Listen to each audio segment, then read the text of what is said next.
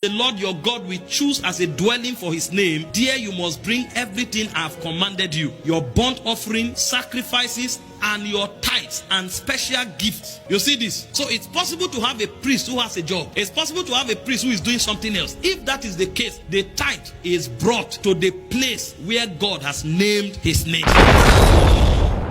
There's something you are going to find about the priest that receives tithe. It's not every priest that receives tithe. The priest that receives tithe is the priest that has nothing else doing except serving God. Because the Bible stated it clearly. They have no inheritance. So this arrangement is done to mark for them an inheritance. You see, in this generation, somebody is working, is a bank manager and he's pastoring. He's a real estate mogul, and he comes and collect tithe from 2,000 people and add it to his investment. That's where there's problem. If you are a priest that you don't have any other job, that's all you are doing. Because if you study the Old Testament, you are going to discover that there are some Levites that are soldiers. There are some Levites that are farmers. It is the Levite that does not have a portion, an inheritance, that receive tithe. So if you are a real estate expert, if you are a real estate mogul, if you are a businessman who is a pastor, you can't receive tithe. Let me show you some scriptures. Numbers 18, 24 and 26. See the Bible. Numbers. Instead, I give to the Levite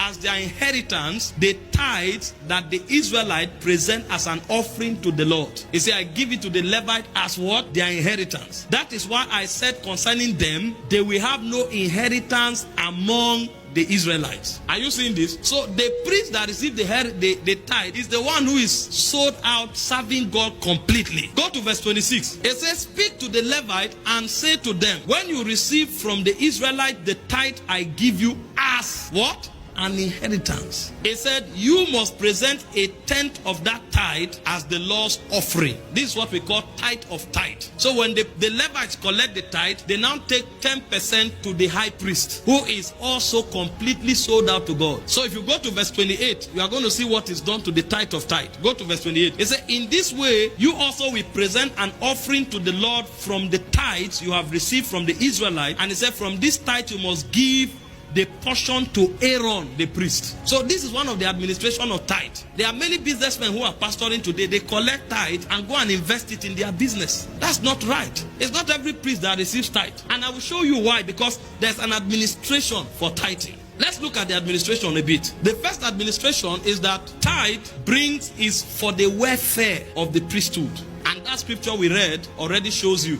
They don't have an inheritance. They don't have a farm to go to. They don't have a business to run. They are serving the altar all the days of their lives. So part of the tithe is for their welfare. But it's also not just for their welfare. Another administration of the tithe is for administration and the running of the operation of the house of God. You'll see that in Leviticus or Deuteronomy 12, 11 to 17. Deuteronomy 12, 11 to 17. Those of you who are ministers here, learn this. Don't collect tithe and go and invest it in your real estate. If you have a job, you can't take tithe. I will tell you where the tithe will go to. Any priest who is overseeing a house and has a job, the tithe is taken to the house of God. It is put in the treasury of the church. It doesn't go to the priest. The only priest who can receive tithe is one who has nothing doing. So that the tithe represents his welfare and the company of the priest. And then number two, the tithe is used for the service of the house of God. It said, then to the place the Lord your God will choose as a dwelling for his name, there you must bring everything I have commanded you, your burnt offering, sacrifices,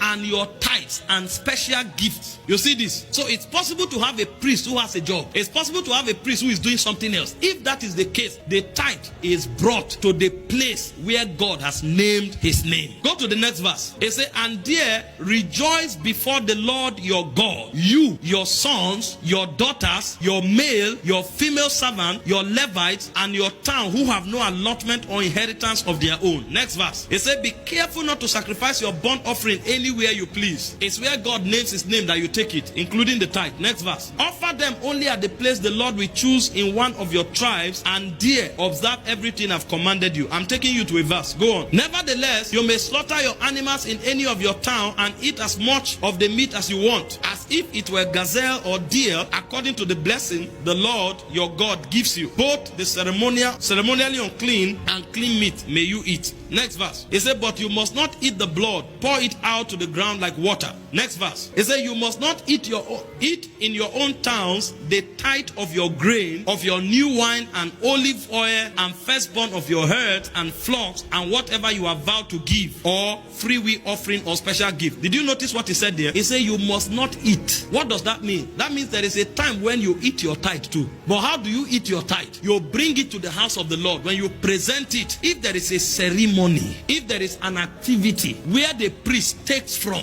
is from the tithe. So for example, you have an event in the house of God. You are not going to go and beg money from outsiders. What you do is that you take from the tithe and everybody will eat it together. So both the priest and those who brought it can partake of it. For example, when we have our end of year program, where do you take the money from? You don't go and solicit for money to come and run that program. The administration of the tithe becomes for the celebration and the organization of the things of the house. So the first administration of tithe is for the welfare of the priest that has nothing doing, because the priest that serves the altar eats from the altar. The second administration of the tithe is for the organization and the running of the house of God.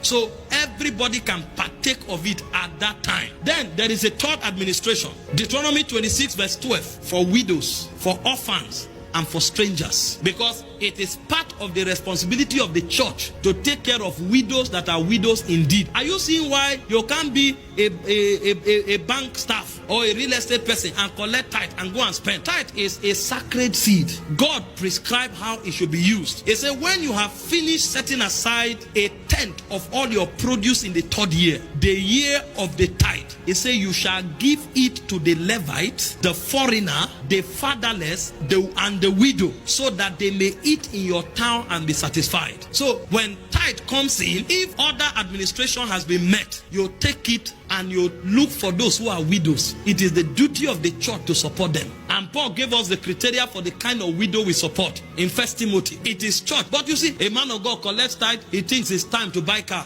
You are joking. You will have a problem. Even if the tithe is a leftover after your, that's why I was teaching the other time. I say it's wrong. In our era today, it's only the high priest that collect all the tithe and he builds a mansion. All the other Levites in church are dying. It is wrong to have a minister serving in the house of God who is sold out and there is no token going to him on a monthly basis. It's wrong, because he doesn't have an inheritance. He has set himself apart. He left his certificate, he left everything to serve God. So even if it is the high priest that collects the tithe, if he takes the 10th portion of the tithe, the 90% of the tithe remaining is number one for the other pastors. That's the administration of tithe. And then after you take care of the other pastors, you now take care of orphans, widows, and strangers. Where we are here, sometimes people come, they say they are from Lagos, they don't have where to sleep. I say, okay, give them something to sustain them for 3 days. That's one of the duty of the tithe. We have widows here who don't have food to eat. Give them. And if we don't have those to give, sometimes we go out for orphanage visitation, because the tithe is meant for the orphans. It's meant for the widows.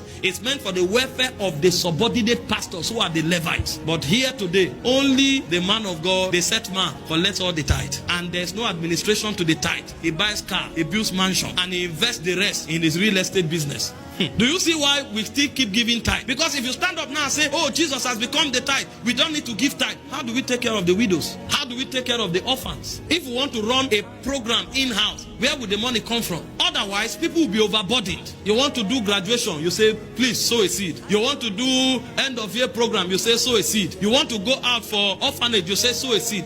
Is it every day they are giving? People will run away from the church. This church of giving every day, what is going on? So God creates an administrative buffer to run his program without becoming overbearing on the parishioners. This is how tithe is administered.